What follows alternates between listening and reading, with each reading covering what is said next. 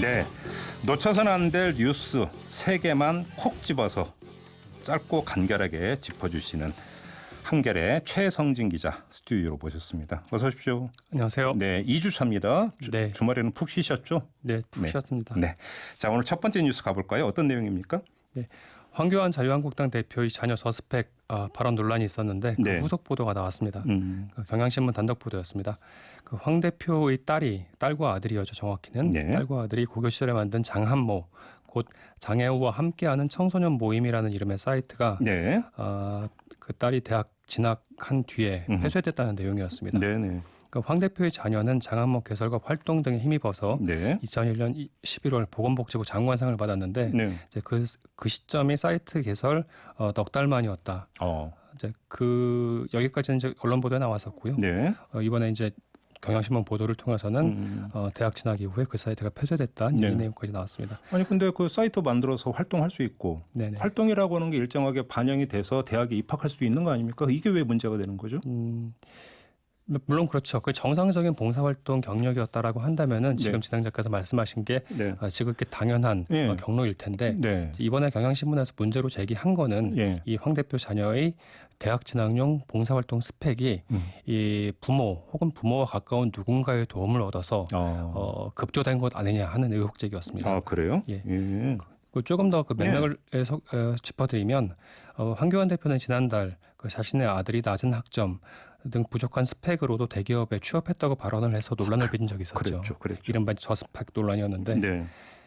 그때 이제 그 저스펙으로도 충분히 대학에 갈 수 있다라고 하면서 그런 취지로 얘기를 하면서 이때는 이제 취직을 얘기했었던 거죠. 그렇죠. 예. 봉사활동 경력 등 특성화된 역량이 있으면 굳이 토익 점수 같은 게 이제 없어도 된다 이제 이런 발언이었는데 알고 보니까 학점은 3.29 뭐 그닥 낮지 않았죠.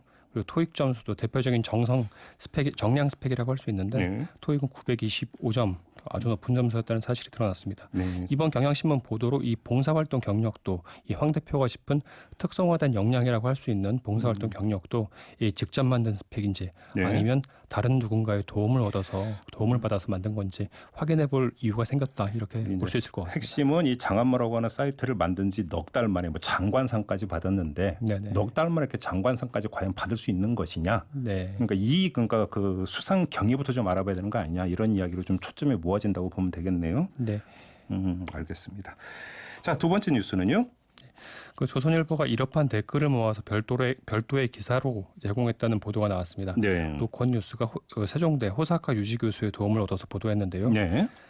지난주 뉴스 세계를 통해서도 소개를 해드렸습니다만 그 최근 청와대가 조선일보 이러한 기사 문제를 지적한 바가 있었죠. 그랬죠. 예. 네. 한국 정부를 비판하는 내용의 한국어판 기사를 이러판에 실을 때 일본 극우 세력이 좋아할 만한 내용으로 제목을 조금씩 바꿔서 달았다. 네네. 이런 문제를 지적을 했었는데 네. 그 문제의 이러판에 조선일보가 그런 자사의 기사에 딸린 댓글만 따로 모아서 기사 형식으로 제공했다. 이런 내용이었습니다. 네. 그 호사카 유지 교수가 제공한 기사 목록을 보면 이런 기사의 제목 형식은 이렇습니다. 그 칼럼 한국 대통령 말의 무게는 몇 그램인가? 한국 독자 코멘트 이런 식이죠. 기사 제목 나오고 한국 독자 코멘트. 이런 칼럼 제목을 먼저 앞세우고 그렇죠. 그 뒤에 한국 독자 코멘트 그렇습니다. 붙였다 이 얘기네요. 네네. 그리고 그런 형식의 제목으로 댓글 기사를 소개하면서 네. 그 기사에 딸린 찬성과 반대 숫자도 함께 표시를 해줬고요. 근데 국내에서 이런 류의 기사가 흔한 것 같지는 않던데요.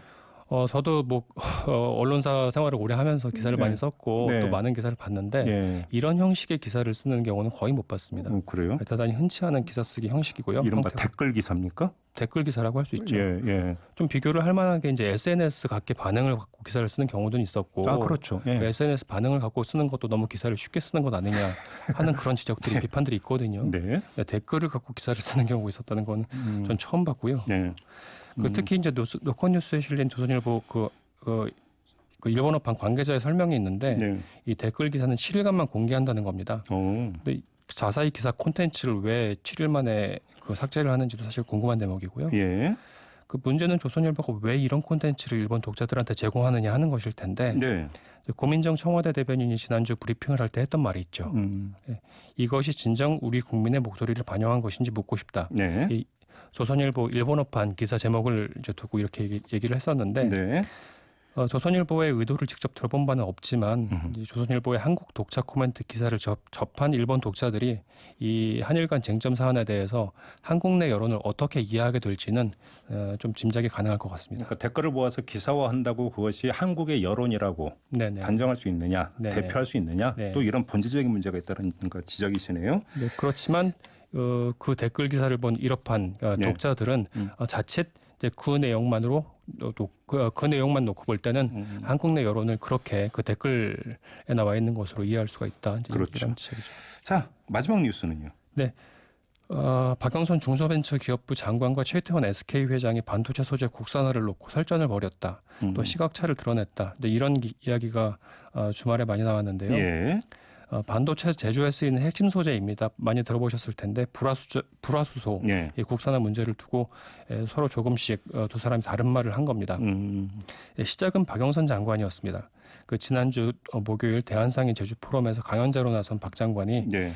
중소기업에 불화수소를 만들 수 있냐고 물어보니 가능은 하지만 대기업이 안 사주는 게 문제라고 하더라. 이제 이렇게 발언을 했는데요. 네. 이제 마침 최태원 회장도 이 같은 포럼에 참석을 하고 있었습니다. 그 강연 마치고 나오면서 기자들하고 만나서 이렇게 얘기를 했죠. 불화수소의 경우 세밀한 분자 구조를 필요로 하는데 국내에서는 아직 그렇게까지 디테일하지 못하다. 네. 박영선 장관은 이번에 문제가 된 핵심 소재 국산화를 위해서는 대기업의 전향적 태도가 필요하다는 지적이었는데 최태원 회장이 여기에 다시 아직 국내 중소기업 소재의 품질 수준이 낮다 이렇게 지적을 한 거죠. 그러니까 뭐 지금 뭐 언론이 표현으로 시각차 같은데 누구 말이 맞다고 봐야 되는 겁니까 이러면? 박영선 장관 말은 그 일본의 수출 규제라는 문제를 풀기 위한 장기적 해법에 해당한다고 볼 수 있을 것 같습니다. 네. 그 최태원 회장 발언은 현재의 한계를 강조한 말이죠. 아. 두 사람 말이 모두 틀리지 않는데 다만 최태원 회장 말처럼 아직 국산 이 소재 기업의 품질 수준이 낮기 때문에 네. 기억하시겠지만 이달 초에 정부가 내년부터 이 반도체 소재 국산화에 1년간 1년에 1조 원씩 네. 10년간 지원을 하겠다고 투입하겠다고 그렇게 약속을 했었죠. 네. 뭐 정부 차원에서는 그렇게 노력을 하겠다라고 이야기를 하면서 대기업도 중소기업과 좀 더 상생을 하는데 노력을 해달라 이런 발언이었는데 예. 거기에 대고 아직 국내 중소기업의 품질 수준이 낮다라고 뭐 굳이 강조를 할 필요가 있었는지 상황에 맞는 발언이었는지 그 부분은 조금 의문입니다. 그러니까 이제 최태원 회장은 지금을 시점으로 해서 이야기를 한 거고 그렇죠. 박영선 장관은 장기 과제에 초점을 둬서 이야기를 한 거니까 그렇죠. 서로 시각차를 보인 게 아니라 시점 차가 있었다. 뭐 그렇게 보는 게 정확할 것 같습니다. 그래요. 아무튼 근데 분명한 건 이 소재 부품 산업 같은 경우는 외국 어디로 보더라도 주로 어떤 중견기업이나 중소기업에서 이제 어떤 뼈대를 이루게 되는데 맞아요. 그런 점에서 이제 우리나라가 이 소재 부품 산업을 위한 중소기업 지원을 얼마나 해왔는가 또 이건 사실 다른 어떤 측면에서 한번 점검을 해야 되고